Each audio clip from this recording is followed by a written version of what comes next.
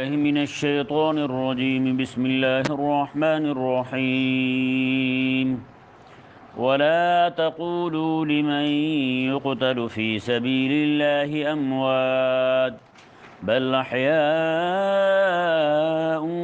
ولكن لا تشعرون۔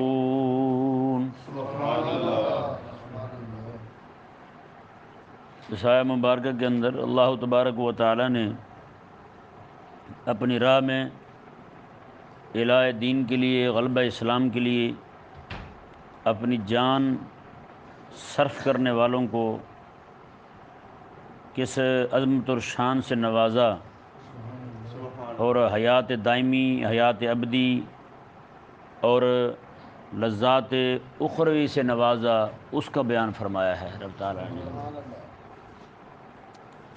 یہ آیہ مبارکہ جو ہے یہ شہید کی زندگی پر بہت بڑی دلیل ہے کہ قبر کے اندر یعنی عالم برزخ میں شہید زندہ ہے، سبحان اللہ، وہاں بھی شہید زندہ ہے۔ یہ شہید جو ہے وہ اللہ تبارک و تعالیٰ کی راہ میں جہاد کرتے ہوئے، دین کے دشمنوں کے ساتھ لڑتے ہوئے اپنی جان صرف کرتا ہے، اپنی جان صرف کرتا ہے۔ ایسے شہادت کی جو تعریف لکھی ہے نا علماء نے، وہ فرماتے ہیں بذل النفس فی سبیل اللہ، اپنی جان کو اللہ کی راہ میں خرچ کر دینا، اپنی جان کو اللہ کی راہ میں خرچ کر دینا۔ تو اب یہ ذہن میں رہے کہ ایک تو ہے کہ ایک ہی بار بندہ جائے میدان جہاد میں، میدان کارزار میں، اور جا کر دشمنوں سے لڑے اور شہید ہو جائے، ہاں جی، اس نے صرف کی ہے اللہ تعالیٰ کی راہ میں جان اپنی۔ اور دوسرا وہ ہے جو زندگی ساری اللہ تبارک و تعالیٰ کی دین کے لیے لوگوں سے لڑتا رہے، ہیں جی، وہ بھی شہید ہے۔ وہ کون ہے؟ وہ بھی شہید ہے جو اللہ تبارک و تعالیٰ کے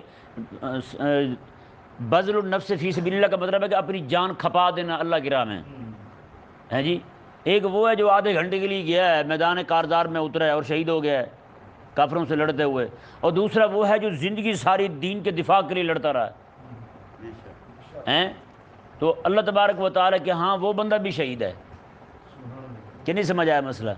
جیسے آپ دیکھیں شہید جو جس کے لیے اللہ تبارک و تعالیٰ نے فرمایا کہ شہید زندہ ہوتا ہے، قبروں میں ان کے اجسام محفوظ ہوتے ہیں، محفوظ ہوتے نہیں ہوتے، تو ان کے اجسام محفوظ ہوتے ہیں۔ اسی طرح کر کے اللہ تبارک و تعالیٰ ان کے جسم بھی محفوظ رکھتا ہے جو دنیا کے اندر اس کے دین کے لیے لڑتے رہے۔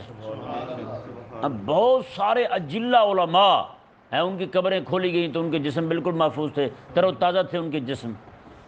جیسے ہندوستان کے اندر، پاکستان بننے سے بھی بہت عرصہ پہلے کی بات ہے، ایک قبرستان میں نا پانی آ گیا تو اس میں دو جسم جو تھے نا کفن سمیت، کفن پہنے ہوئے ہیں، اس طرح پانی کے اوپر تیر رہے ہیں، پورے قبرستان پانی سے بھر گیا، کہیں سے آ گیا ہوا سیلاب، تو دو میتیں جو ہیں وہ پانی میں ایسے تیر رہی ہیں۔ وہاں ایک بندہ تھا صاحب کشف، اس نے مراقبہ کیا، مراقبہ کرنے کے بعد اس نے بتایا لوگوں کو، اس نے کہا یہ دونوں بندے قرآن کے حافظ تھے۔ جب غور کیا گیا تو ایک کا کفن بالکل صحیح سلامت، پانی میں تیرتے ہوئے بھی میلا نہیں ہے، اور ایک کا کفن میلا تھا، ایک کا کفن کچھ میلا ہو چکا تھا، کچھ میلا ہوا تھا، سارا میلا نہیں ہوا تھا۔ تو اس نے اس بات پہ جب مراقبہ کیا تو اللہ تبارک و تعالیٰ نے یہ بات اس پر کھولی کہ جس کا کفن بالکل میلا نہیں تھا یہ زبانی قرآن پڑھتے ہوئے بھی بغیر وضو نہیں پڑھتا تھا۔ حالانکہ بغیر زبانی قرآن پڑھنا بغیر وضو کے جائز ہے، بندہ ہاتھ نہ لگا رہا ہو، یا ویسے بندہ اس طرح ہاتھ کر کے بیٹھا قرآن پاک کو دیکھنا جائز ہے، قرآن پاک کو دیکھنا جائز ہے، ناجائز نہیں ہے۔ تو اس طرح کر کے دیکھ کے پڑھ رہا ہے، کیونکہ آنکھوں سے دیکھ رہا ہے نا، جس جگہ سے دیکھ رہا ہے، کیا وضو میں اس جگہ کا دھونا ضروری ہے؟ نہیں نا، آنکھوں سے دیکھتے نا اندر سے، تو اسے دھونا ضروری ہے۔ تو اس سے ثابت کیا ہوا کہ بے وضوئی جو ہے، حدث جو ہے، اس کا اثر اس جگہ پہ نہیں ہوتا، کہ نہیں سمجھ آیا مسئلہ؟ تو آنکھیں دیکھنے سے یہ ضرور ہے کہ شعاع جو ہے وہ جاتی ہے، جا کے قرآن پاک کے ٹکراتی ہے، وہاں سے واپس آتی ہے، اس کا انعکاس ہوتا ہے تو بندے کو نظر آتا ہے جناب، وہ یہی ہے نا اصول ان کا، سائنسدان یہی کہتے ہیں۔ تو آنکھ ٹکرا رہی ہے، شعاع آنکھوں سے نکل کے پہنچ رہی ہے قرآن پاک پر، لیکن قرآن پاک کو یعنی کہ اس وقت وضو کرنے کا حکم نہیں ہے، لیکن وہ حافظ قرآن جو ہے ایسی حالت میں بھی بغیر وضو کے نہیں پڑھتا تھا، وضو کے ساتھ ہی قرآن پڑھتا ہے۔ تو اللہ تبارک و تعالیٰ نے اس کے جسم کے ساتھ ساتھ اس کے کفن کو بھی میلا نہیں ہونے دیا، اور دوسرا حافظ جو تھا قرآن پاک کی تلاوت کرتا تھا، وہ بھی اللہ تبارک و تعالیٰ نے قرآن کریم کی تلاوت کی برکت سے اس کے جسم کو بھی محفوظ رکھا ہیں، لیکن کفن کچھ میلا ہو چکا تھا، اس کی وجہ یہی بنی اور سبب یہی بنا کہ وہ وضو نہیں کیا کرتا تھا، یعنی کہ بغیر وضو کے ہی پڑھتا رہتا تھا قرآن پاک، زبانی چلتے پھرتے۔ وہ جو حافظ تھا پہلے والا، وہ جب بھی بے وضو ہوتا فوراً وضو کرتا، وضو کر کے پھر قرآن پاک پڑھنا شروع کر دیتا۔ یہ ذہن میں رہے، انسان کو چاہیے کہ التزام کرے، جب بھی بیٹھے جہاں بھی بیٹھے۔ اب میں بیٹھا ہوں نا آپ کے سامنے، کعبے کو پشت کی ہوئی، یہ مجبوری ہے، یہ خطیب کے لیے سنت ہے اور ضروری ہے، خطیب کے لیے، واعظ کے لیے، کہ وہ اس طرح بیٹھے کہ مجمع جو ہے اس کا منہ کعبے کی طرف ہو۔ آپ جو بیٹھے ہیں آپ کی مجبوری ہے، اس کا منہ کعبے کی طرف ہو، اس کی پیٹھ کعبے کی طرف ہو، لوگوں کا منہ ادھر ہو۔ کہ نہیں سمجھ آیا مسئلہ؟ ہاں، کعبے کی طرف منہ کر کے بیٹھنے کا التزام کرنا چاہیے، بندہ جہاں بھی بیٹھے، صرف کعبے کی طرف، کعبے کی تعظیم کی نیت سے بندہ منہ کر کے بیٹھے نا، اس پر بھی ثواب ہے۔ علماء فرماتے ہیں دو بچے اپنے گاؤں سے پڑھنے کے لیے گئے، ان میں ایک ذہین ترین پرلے درجے کا بلا کا ذہین تھا، اور ایک بالکل کند ذہن۔ وہاں سے جب واپس آئے، جو کند ذہن تھا وہ بہت بڑا عالم بن چکا تھا، اور جو ذہین فتین تھا وہ جہل کا جہل آیا۔ کہتے ہیں جب لوگ وہاں کے اکٹھے ہو کے گئے نا ان کے اساتذہ کے پاس، ان سے جا کے پوچھا کہ کیا سبب پیش آیا ہے، انہوں نے کہا جو کند ذہن تھا نا، یہ جب بھی بیٹھا ہے کتاب لے کے اس نے منہ کعبے کی طرف کیا تھا، یہ کعبے کی طرف منہ کر کے بیٹھتا تھا، اور دوسرا جو ہے یہ جب بھی بیٹھتا تھا یہ پیٹھ کر کے بیٹھتا تھا کعبے کی طرف۔ تو ماتے رب تبارک و تعالیٰ نے کعبے کی تعظیم کی برکت سے اس کی کند ذہنی دور کر کے اپنے علم کے دروازے اس پہ کھول دیے ہیں۔ تو اس لیے کوشش کرنی چاہیے جب بھی بیٹھیں جہاں بھی بیٹھیں منہ کعبے کی طرف رکھیں، کعبے کی تعظیم کی نیت سے، قبلہ کی تعظیم کی نیت سے۔ تو اب میں کچھ چیزیں آپ کے سامنے ایسی رکھنا چاہتا ہوں کہ کریمہ کا صلی اللہ علیہ وسلم کے صحابہ کرام علیہ رضوان کو دیکھیں، اس آیت مبارکہ سے جہاں پہ شہداء کی زندگی ثابت ہوتی ہے آخرت کی، وہیں سے انبیاء کرام علیہ السلام کی زندگی بھی ثابت ہوتی ہے۔ ان کی حیات اخروی برزخی حیات جو ہے وہ بلکہ ان کی حیات جو ہے وہ دنیا کی حیات سے بھی اکمل ہے۔ انبیاء کی جو حیات ہے وہ ان سے بھی اقویٰ ہے۔ مسلم شریف کے اندر حدیث پاک موجود ہے، کریمہ کا صلی اللہ علیہ وسلم خود ارشاد فرماتے ہیں، اگر اس میں ارشاد فرماتے ہیں کہ میں نے خود دیکھا کہ حضرت موسیٰ علیہ السلام جو ہیں، آپ ایک وادی میں سے گزر رہے ہیں اور کعبہ مشرفہ کے پاس آ رہے ہیں حج کرنے کے لیے، احرام باندھا ہوا ہے انہوں نے، اور ان کے ایسے ایسے بال ہیں، بیل کو ہانک رہے ہیں، بیل ہیں اس کو ہانک رہے ہیں اور آ رہے ہیں، اور لبیک اللہم لبیک پڑھ رہے ہیں۔ حضور کے صحابہ وہاں موجود ہیں، آقا علیہ السلام نے اپنے صحابہ کو فرمایا کہ میں ان کو دیکھ رہا ہوں، اور آقا علیہ السلام خود ارشاد فرماتے ہیں معراج کی رات مررت بقبر موسیٰ یصلی فی قبرہ، میں موسیٰ علیہ السلام کی قبر کے پاس سے گزرا، میں نے دیکھا موسیٰ علیہ السلام قبر میں کھڑے ہو کر نماز پڑھ رہے تھے، موسیٰ علیہ السلام قبر میں کھڑے ہو کر نماز پڑھ رہے تھے۔ یہ کریمہ کا صلی اللہ علیہ وسلم کا فرمان شریف ہے۔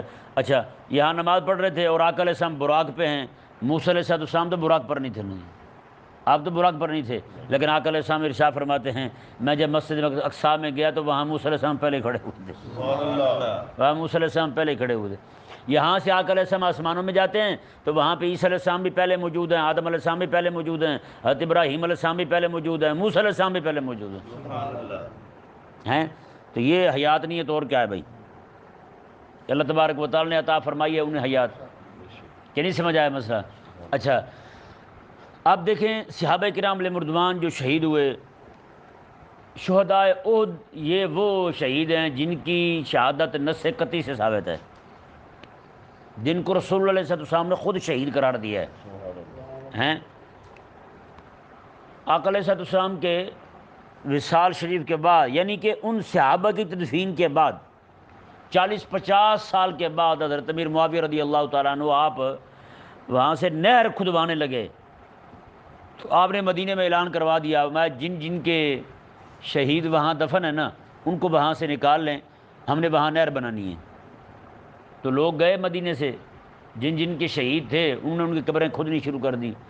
تو کہتے ہیں کہ آقا علیہ السلام کے صحابہ کرام علیہ مردوان جو ہیں، جو شہید ہوئے تھے احد کے اندر، ان کے جسم بالکل تر و تازہ نکلے، سبحان اللہ، اور ایسے لگتا تھا جیسے ابھی شہید ہوئے ہیں۔ اندازہ لگائیں کتنی اونچی شان پائی ہے حضور کے غلاموں نے ہیں۔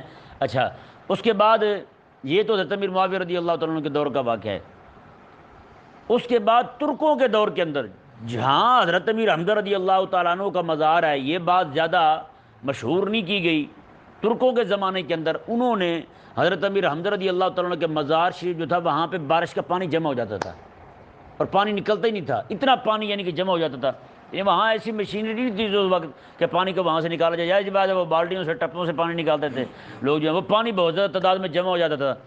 تو ترکوں نے حضرت سیدنا امیر حمزہ رضی اللہ تعالیٰ عنہ کا مزار شریف آج جہاں ہے نا، یہ آقا علیہ السلام کا دفن کیا ہوا نہیں، یہ ترکوں نے دفن کیا وہاں۔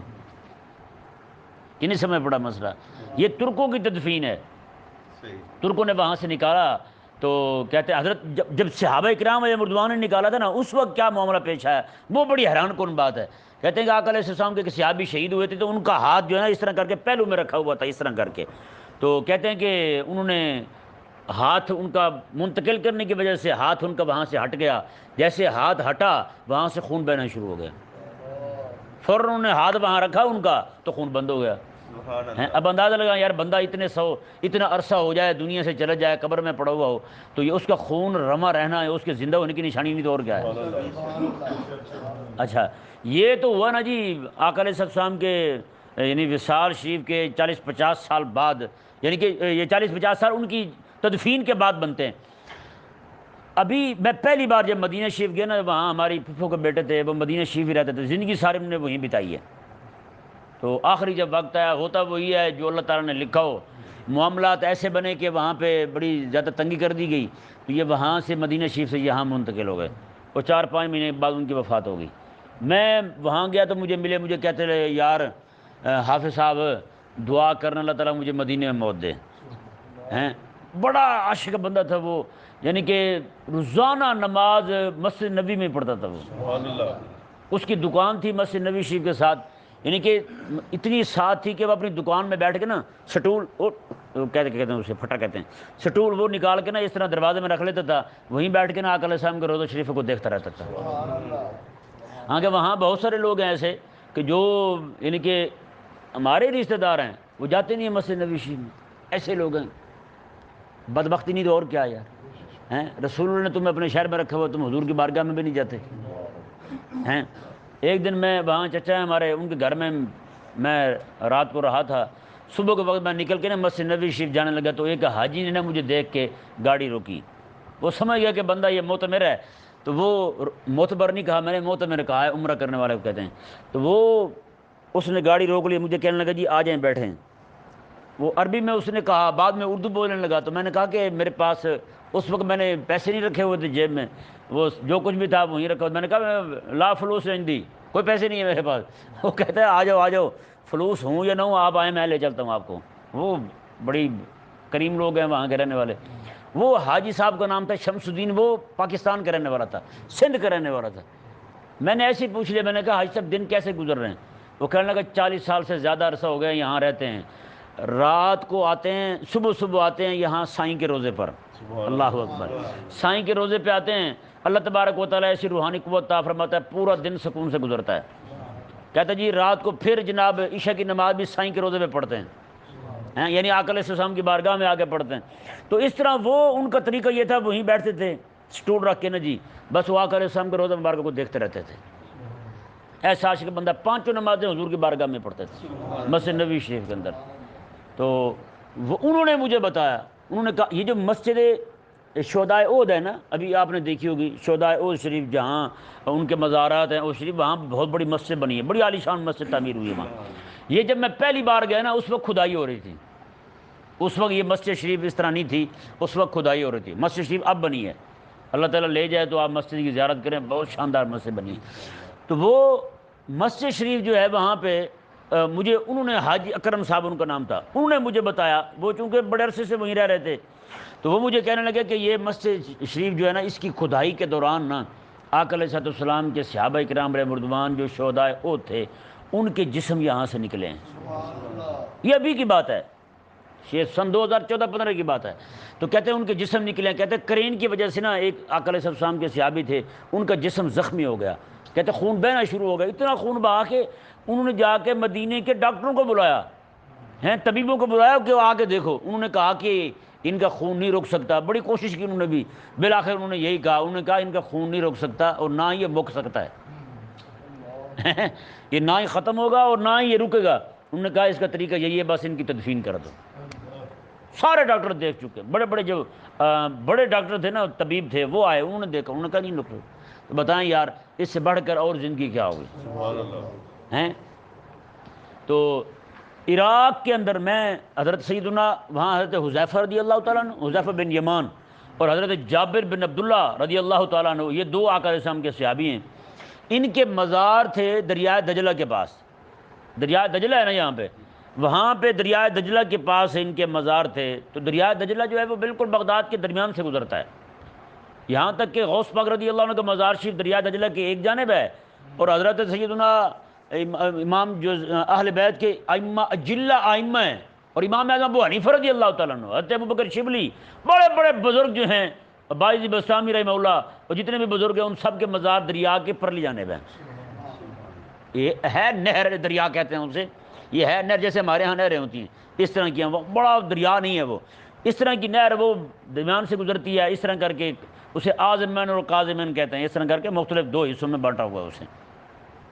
تو وہاں پہ دریائے دجلہ کے قریب کر کے ان دونوں کے مزار تھے، حضرت حذیفہ رضی اللہ عنہ، حضرت عبداللہ بن جابر رضی اللہ عنہ کے۔ اور یہ جو میں آپ کو بتا رہا ہوں یہ پوری تحریر وہیں لکھی ہوئی ہے، آج بھی ان کے مزار پہ لکھی ہوئی پوری تحریر، بڑا سارا پوسٹر لگا ہوا ہے اس طرح کر کے، اندر حکومت نے لگایا ہوا وہاں۔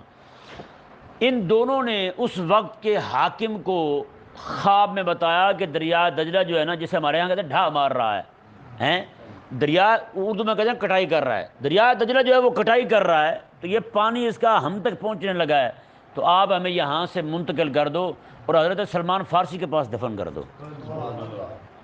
حضرت سلمان فارسی رضی اللہ تعالیٰ عنہ، ان کا مزار بھی وہی ہے، مدائن کے گورنر تھے نا حضرت سلمان فارسی رضی اللہ عنہ۔ تو انہوں نے کہا جی آپ جو ہے نا ہمیں ایک رات کہا، وہ نہیں سمجھے، اس نے کہا ہو سکتا ویسے ہی ہو، دوسری رات پھر کہا، تیسری رات پھر کہا، اور تیسری رات جو ہے وہاں کے جو قاضی اور قضات تھے انہیں بھی خواب میں آقا علیہ السلام کے دونوں غلاموں نے، صحابہ نے کہا کہ ہمیں یہاں سے منتقل کرو، ٹھیک ہے نا جی۔ وہ وہاں سے انہیں منتقل کیا گیا۔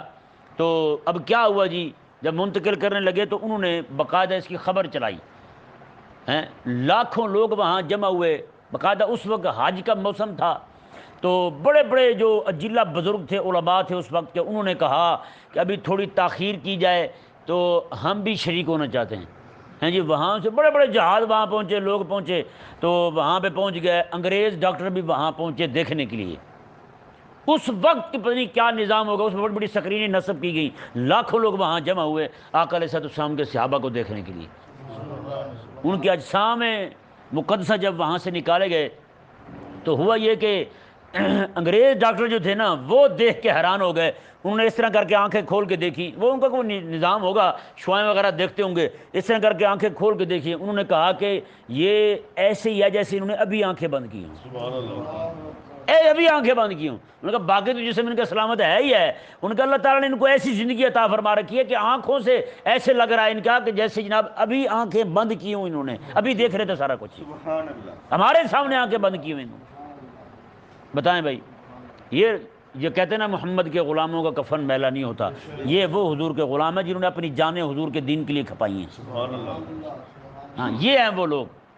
تو اچھا مدد کی بات دیکھیں، جو بندہ کریم آقا علیہ السلام کا فرمان دیکھیں، آقا علیہ السلام نے ارشاد فرمایا کہ من تمسک بسنتی عند فساد امتی فلہ اجر من شہید، میں جو بندہ میری ایک سنت کو اس وقت زندہ کرے جب میری امت میں فساد پھیل چکا ہو، یعنی لوگ دین پر چلنا پسند ہی نہ کرتے ہوں، سگی ماں کو پسند نہ ہو کہ میری بیٹی قرآن پڑھ لے، سگے باپ کو گوارا نہ ہو کہ میرا بیٹا نماز پڑھنے کے لیے جائے اور اپنا وقت ضائع کر لے، ہیں جی، فرمایا کہ ایسے حالات میں جب لوگ پگڑی باندھنا شرمندگی محسوس کرتے ہوں، انگریز کی ٹائی پہنے فخر محسوس کرتے ہوں، ہاں جی، ایسے وقت کے اندر جب لوگوں کے پاس دین کے لیے وقت ہی نہ ہو، میرے کریم آقا کے سامنے میں اس وقت کو بندہ میری ایک سنت کو تھام لے، ایک سنت کو تھام لے، فَلَهُ أَجْرٌ مِّنَ شہید، میرا اللہ اسے 100 شہیدوں کا ثواب عطا فرمائے۔ کیوں؟ میں شہید تو گیا اور جا کے جان قربان کر دی، دنیا سے چلا گیا، لیکن یہ بندہ جو حضور کی سنت کو، ایک سنت کو تھامے پھرتا ہے، لوگ مذاق کرتے پھرتے ہیں، لوگ مذاق اڑاتے ہیں، ہر وقت اسے کوستے رہتے ہیں، گھر جائے گا ماں کہے گی لے داڑھی رکھ لی، ماں او پکڑ باندھ لیا تو نے، او پکڑ، اس طرح کی باتیں کرتے ہیں، پتہ نہیں کیا کیا کہتے رہتے ہیں۔ آج دیندار بندے کا مذاق اڑانا لوگوں کا مشغلہ بن چکا ہے۔ آج وہ دور ہے جو میں اور آپ دیکھ رہے ہیں، کریم آقا علیہ السلام نے فرمایا کہ قیامت کے قریب دین حق پر قائم رہنا ایسے مشکل ہوگا جیسے ہاتھ میں انگارے اٹھانا مشکل ہے۔ آج وہ دور آ گیا یا نہیں آیا؟ وہی حالات پیدا ہو چکے ہیں۔ کریم آقا علیہ السلام کیا فرماتے ہیں؟ میں اس وقت بندہ جو میری ایک سنت کو تھامے گا، اللہ تبارک و تعالیٰ اسے 100 شہیدوں کا ثواب عطا فرمائے گا۔ تو بتائیں بھائی، آج جو بندہ اس وقت جو کچھ علماء پہ بیت رہی ہے، جو دین حق کی خدمت کر رہے ہیں، بتائیں اتنے تانے کسی اور کو بھی سننے کو ملتے ہیں؟ وہ بندہ جو پیچھے نماز پڑھ کے باہر جا رہا ہے، ابھی باہر نہیں نکلا پورا، وہ بھی کہہ رہا ہے مولوی چول ہے یا نہیں؟ وہی لوگ کہہ رہے ہیں جو پیچھے نماز پڑھتے ہیں، وہی کہتے ہیں سارے مولویوں کو جمع کر کے گولی مار دی جائے، سارے مولویوں کو پکڑ کے سمندر میں ڈال دیا جائے۔ بتائیں، آج آپ جس بندے کے بھی پاس بیٹھے ہیں وہ بھی ذلیل یہی کہے گا ہماری ترقی رکی ہے تو مولوی سبب ہے۔ بتائیں بھائی کیا خیال ہے؟ پھر ایسے حالات میں، ایسے دور کے اندر جو عالم اپنی زندگی کھپا دے رب تبارک و تعالیٰ کی دین کے لیے ہیں، وہ تو ایک حافظ سے نہ تلاوت کرتے تھے، اللہ تبارک و تعالیٰ نے ان کا جسم سلامت رکھا جو قرآن کی خدمت ہی کرتا دنیا سے جائے ہیں۔ ہمارے جتنے بزرگ ہیں قرآن پاک کی خدمت کرتے ہوئے زندگی گزاری۔ آقا علیہ السلام کے کسی صحابی ہیں، وہ بیٹھے ہوئے ہیں، ایک بندہ گزرا، بڑے عرصے بعد پھر گزرا، اس نے کہا جی آپ اتنے عرصے سے یہیں بیٹھے ہوئے ہیں؟ کہا کہ مجھے حضور کی ایک حدیث نے یہاں بٹھایا ہوا ہے۔ کہا جی وہ کون سی؟ انہوں نے کہا آقا علیہ السلام نے فرمایا تھا خیرکم من تعلم القرآن وعلمہ، تم میں بہترین بندہ وہ ہے جو قرآن پڑھے بھی اور پڑھائے بھی۔ کہتے بس اسی حدیث نے مجھے یہاں بٹھایا ہوا۔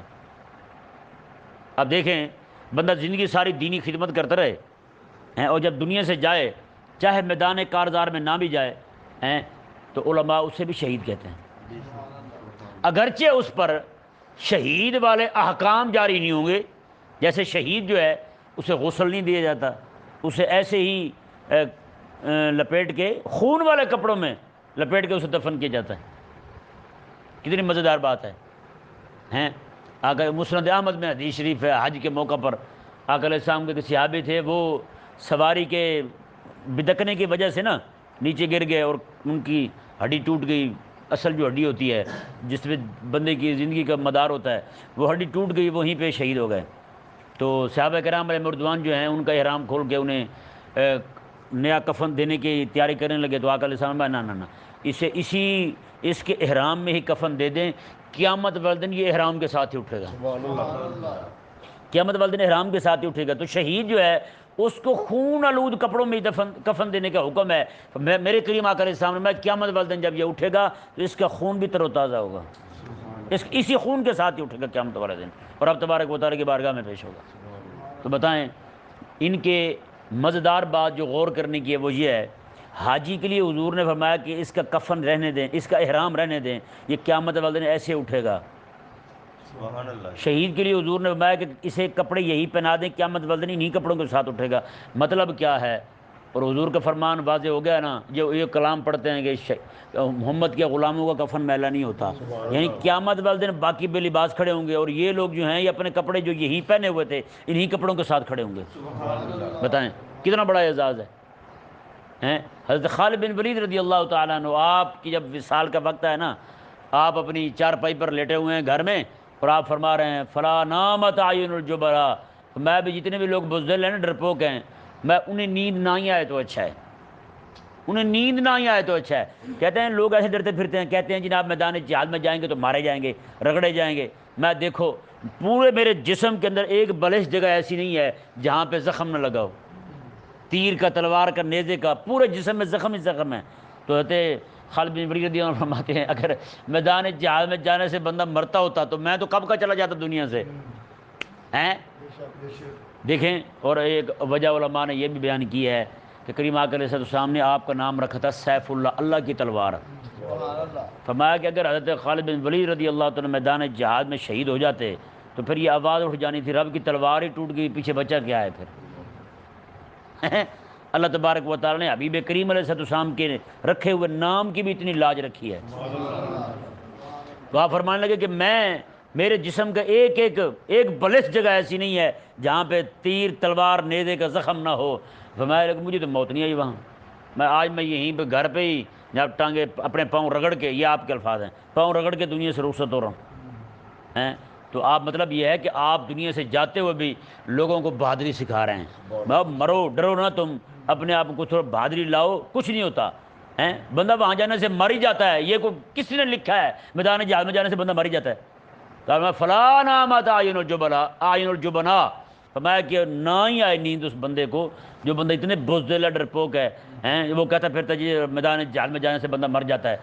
مجھے دیکھ لو تم، میں تو گھر میں پڑا ہوں، مجھے تو موت نہیں آئی وہاں. تو جو بندہ، جس بندے نے اپنی زندگی ساری کھپائی ہو رب تبارک و تعالیٰ کی راہ میں جہاد کرتے ہوئے، وہ جہاد چاہے زبانی ہو، چاہے قلبی ہو، چاہے جناب اپنے جسم کے ساتھ میدان کارزار میں ہو. جیسے آقا علیہ السلام نے خود ارشاد فرمایا تھا حضرت حسان بن ثابت رضی اللہ تعالیٰ عنہ کو، میں کہ حسان جب میرے غلام جو ہیں تلوار کے ساتھ جہاد کرے نا تو حارب بلسانے کا، تب تو اپنی زبان کے ساتھ جہاد کرنا. مطلب کیا ہے؟ میں کہ میرے صحابہ تلواریں چلا رہے ہوں، تو وہیں کھڑے ہو کے ان دشمنوں کو للکارتے رہنا، اپنی زبان سے للکارتے رہنا، انہیں لتاڑتے رہنا. یہ تیرے لیے یہی جہاد ہے. بتائیں بھائی. یہاں پہ ایک مسئلہ ضمناً عرض کر دوں میں. حضرت انبیاء کرام علیہ السلام کی حیات جو ہے وہ تو بالکل ایسے سمجھیں کہ روز روشن کی طرح واضح ہے. وہ زندہ ہیں، قبر میں ہیں. اور کریم آقا صلی اللہ علیہ وسلم نے خود ارشاد فرمایا الانبیاء واحیاء فی قبورہم یصلون، میں نبی سارے اپنی قبروں میں زندہ ہیں، وہاں بھی نمازیں پڑھتے رہتے ہیں، نمازیں پڑھتے رہتے ہیں. اور مزے کی بات دیکھیں، نماز پڑھی جاتی ہے وقت پر. اس کا مطلب کیا ہوا؟ دنیا میں جو کچھ ہو رہا ہے، سورج ڈوب رہا ہے، غروب ہو رہا ہے، سارا کچھ، سارے کے سارے معاملات میں وہ وہاں بھی دیکھ رہے ہیں. اور وضو اللہ تبارک و تعالیٰ نے ایسا عطا فرمایا ہے کہ پکا ہی وضو ہے ان کا، بغیر وضو کی تو نماز نہیں ہے نا، لیکن ماشاءاللہ نمازیں پڑھ رہے ہیں، ہے یا نہیں؟ تو اللہ تبارک و تعالیٰ نے یہ انعام عطا فرمایا، اور یہ انعام تو ان کے غلاموں کو بھی مل جاتا ہے جی. اور آگے دیکھیں جی، حضرت خضر علیہ السلام کے معاملہ جو ہے نا آپ کا، یہ بڑا ہی اختلاف ہے. لوگ جو ہیں لڑ رہے ہیں، مناظرے کرتے ہیں، کتابیں لکھتے ہیں خضر علیہ السلام زندہ ہیں یا چلے گئے ہیں دنیا سے، ان کی وفات ہو گئی ہے، وصال ہو گیا ہے. تو یہ اس مسئلے میں آپ کے سامنے کچھ باتیں رکھنا چاہتا ہوں. حضرت سیدنا خضر علیہ السلام کے حوالے سے متکلمین جو ہے نا، علم کلام والے، ان میں جمہور اکثریت ان کی یہی کہتی ہے کہ حضرت خضر علیہ السلام دنیا سے پردہ کر چکے ہیں، دنیا سے پردہ کر چکے ہیں، وصال فرما چکے ہیں. اور حضرات صوفیاء جو ہیں وہ کہتے ہیں کہ نہیں، حضرت خضر علیہ السلام کی وفات نہیں ہوئی، آپ نے وصال نہیں فرمایا، آپ ابھی زندہ ہیں. سمجھ آیا مسئلہ؟ اب اس مسئلے پر اہل سنت میں ہی اختلاف ہے. سمجھ آیا نا مسئلہ؟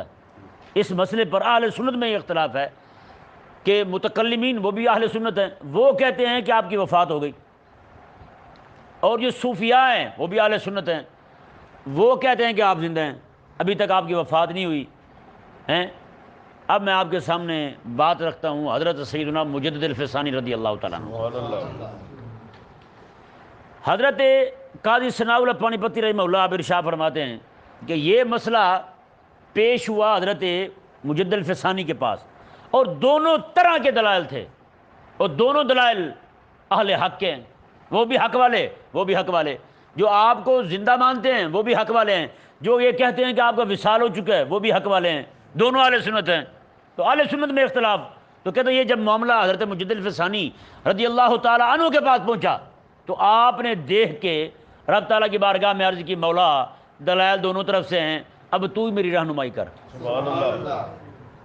کہتے ہیں آپ آنکھیں بند کر کے بیٹھ گئے، ہیں، وہ کہتے ہیں نا الٹی ہی چال چلتے ہیں دیوان گان عشق ہیں، آنکھیں بند کرتے ہیں دیدار کے لیے، یہ اکھاں کھول کے دیکھ دینے، ہمارے آنکھیں کھول کے دیکھتے ہیں، لیکن قربان جائیں عاشق جو ہوتے ہیں آنکھیں بند کر کے دیکھتے ہیں۔ وہ پہلے وہ شعر بھی تھا نا، پہلے کہتے ہیں وہ پہلے یہ کہتے تھے دل میں ہے تصویر یار جب گردن جھکائی دیکھ لی، کہتے ہیں یار کی تصویر دل میں ہے، دل میں ہے تصویر یار جب گردن جھکائی دیکھ لی، آج کل کہتے ہیں دیوار پہ لٹکائی ہے تصویر یار جب گردن اٹھائی دیکھ لی۔ یہ غلط بات ہے، یہ نہیں دل میں ہونا چاہیے، جو کچھ بھی ہونا چاہیے۔ یہ مسئلہ ویسے ذہن میں آ گیا تو بتا دوں، گھروں کے اندر عموماً تصویریں لگی ہوتی ہیں، یہ تصویریں لٹکانا جو یہ مسلمانوں کا کام نہیں ہے۔ معذرت کے ساتھ اب تقریباً مزاروں پر بزرگوں کی تصویریں مل رہی ہیں، وہاں بزرگوں کی کتابیں نہیں ہیں، صرف تصویریں مل رہی ہیں۔ یہ بابا جی کے مزار پر بھی، یہاں پہ بھی نعوذ باللہ یہ کام شروع ہو گیا، وہاں باہر بیٹھے بندے تصویریں بیچ رہے ہیں، سعد بھائی کی بھی تصویریں بک رہی ہیں، بابا جی کی بھی تصویریں بک رہی ہیں۔ خدا کے لیے یار لوگوں کو کس طرف لے کے جانا چاہتے ہو کہ نہیں سمجھ آیا مسئلہ؟ ہاں یہ کام حرام ہے گھروں کے اندر تصویریں لگانے کا۔ تو کئی لوگ کہتے ہیں جی بزرگوں کی تصویر لگائیں گے فائدہ ہوگا، یہ ذہن میں رہے۔ ہمارے علماء فرماتے ہیں بزرگوں کی تصویر لگانا زیادہ گناہ ہے، بزرگوں کی تصویر لگانا زیادہ گناہ ہے۔ اور میرے کریم آقا علیہ السلام نے ارشاد فرمایا جہاں پہ تصویر لگی ہو وہاں رب تعالیٰ کی رحمت کے فرشتے ہی نہیں آتے۔ بتائیں بھائی، حضرت مجدد پاک رضی اللہ تعالیٰ عنہ ارشاد فرماتے کہ میں نے آنکھیں بند کی، اللہ تبارک و تعالیٰ نے خضر علیہ السلام کو بھیج دیا میرے پاس، تو میں نے دیکھا کہ آپ میرے پاس بیٹھے ہوئے ہیں، آنکھیں باندھی ہیں۔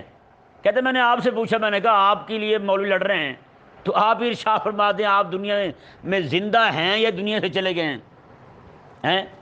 تو حضرت مجدد الفسانی رضی اللہ تعالیٰ عنہ ارشاد فرماتے ہیں مکتوبات شریفہ کے اندر، آپ فرماتے ہیں کہ میں اور الیاس علیہ السلام دونوں دنیا سے پردہ کر چکے ہیں، دونوں دنیا سے جا چکے ہیں، ہم دونوں کی وفات ہو گئی ہے، لیکن اللہ تبارک و تعالیٰ نے مجھے اور انہیں یہ طاقت اور تصرف دیا ہے، جب بھی کوئی بندہ جنگل میں راستہ بھول جائے اسے راستہ بتانے کے لیے ہم وہاں پہنچ جاتے ہیں، جب کسی کو علم دینا ہو تو سیدھا علم اس کے دل میں القاء کر دیتے ہیں۔ اور آگے مزیداری والی بات دیکھیں، توحید کی حفاظت کیسے ہوئی؟ توحید کی حفاظت، رب کے نبی کے زبان سے کلمات نکل رہے تھے نا، تو باتیں پھر تو ایسی ہونی تھی جو ہونے والی تھی۔ حضرت خضر علیہ السلام نے پتہ کیا فرمایا؟ ماتے ہیں کہ اذا شاء اللہ لمن شاء اللہ، ماتے ہیں یہ ہمیں کوئی طاقت تصرف اپنا ذاتی نہیں ہے، یہ جب اللہ چاہتا ہے اور جس کے لیے اللہ چاہتا ہے تو ہی ہم مدد کے لیے آتے ہیں۔ سبحان اللہ، اذا شاء اللہ لمن شاء اللہ، اللہ اکبر۔ یہ جملہ پڑھ کے نا جی میں کہتا ہوں مزہ ہی آ گیا مجھے تو ہیں۔ خضر علیہ السلام کو یہ جملہ اذا شاء اللہ لمن شاء اللہ، جب اللہ چاہے اور جس کے لیے اللہ چاہے، کتنی بڑی بات ہے۔ میں جو کچھ بھی ہوتا ہے وہ اللہ کے چاہنے سے ہوتا ہے، اللہ تعالیٰ کے چاہنے سے۔ اللہ تعالیٰ کے چاہنے کے علاوہ پوری کائنات کے اندر ایک پتا اپنے درخت سے اپنی شاخ کو نہیں چھوڑ سکتا، تو پوری کائنات میں یہ معاملات جو آج ہم سمجھ رہے ہیں ایسی تو بات بالکل ہو بھی نہیں سکتی، یہ تو خلاف واقع بات ہے جو آج ہم سمجھ رہے ہیں۔ آج نعوذ باللہ کئی بے دین ایسے ہیں جو اللہ تعالیٰ کے ولیوں کو رب سے بھی زیادہ پاورفل سمجھتے ہیں۔ میں حقیقت کہہ رہا ہوں، نا نا نا نا، یہ اہل اسلام کا عقیدہ نہیں ہے، اہل اسلام کا نظریہ یہ نہیں ہے۔ کہ نہیں سمجھ آیا مسئلہ؟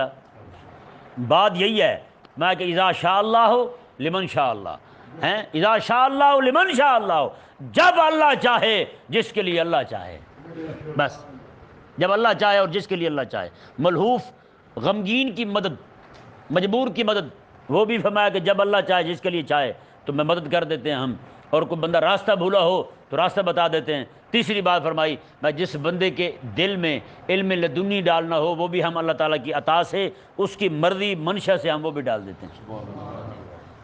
بتائیں، یہ بات نقل کرنے کے بعد نا حضرت قاضی ثناء اللہ پانی پتی رحمہ اللہ نے عجیب الفاظ بلکہ وہ ایسے زبردست الفاظ نقل کیے، کہتے ہیں اجتماعت الاقوال ذہب الاشغال والحمد للہ رب المتعال۔ سبحان اللہ، یہ اس کی عجیب شیرینی ہے۔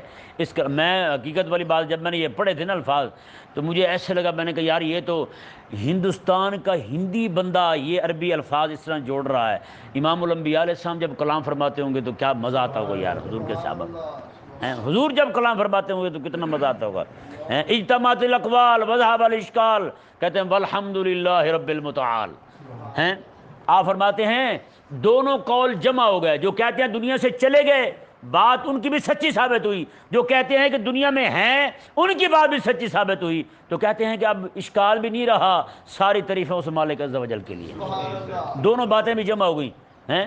اب جنہوں نے دیکھا ہے، جن اولیاء اللہ نے ملاقاتیں کی ہیں حضرت خضر علیہ السلام کے ساتھ، تو بتائیں بھائی، تو وہ مان سکتے ہیں ان کی بات جو کہتے ہیں دنیا میں نہیں ہے؟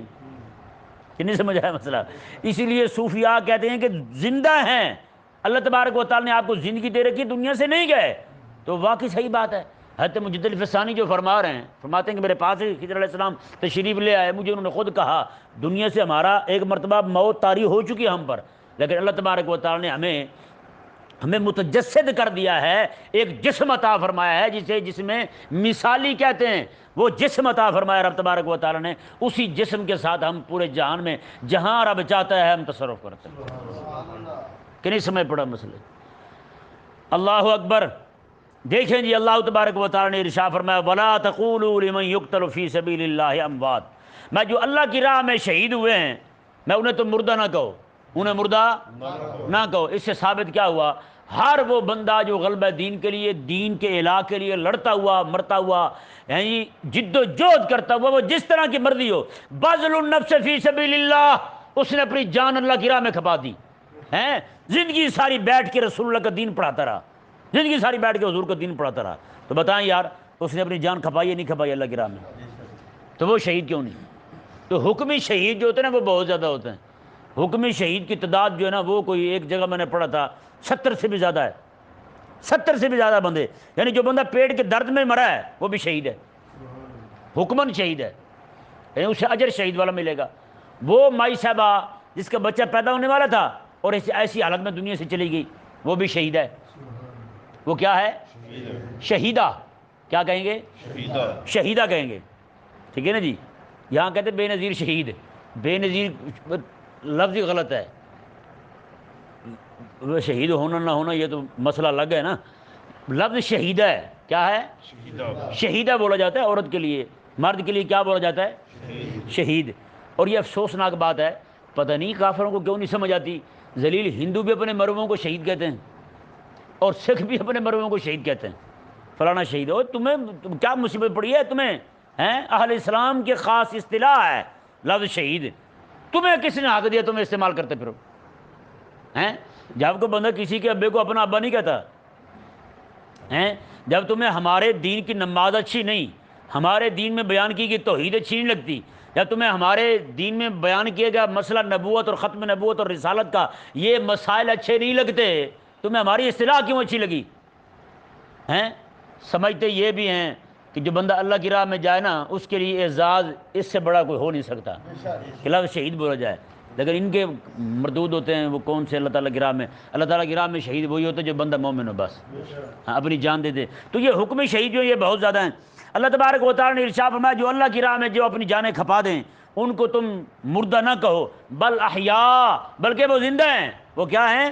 زندہ ہیں۔ ولیکن لا تشعرون، مگر تمہیں شعور نہیں ہے، تمہیں شعور، تمہاری فہم وہاں تک نہیں پہنچ سکتی، تمہاری سمجھ نہیں پہنچ سکتی وہ کیسے زندہ ہیں، کیسے انہیں اللہ تبارک و تعالیٰ کی طرف سے رزق عطا کیا جاتا ہے۔ اللہ تبارک و تعالیٰ سمجھنے کی توفیق عطا فرمائے۔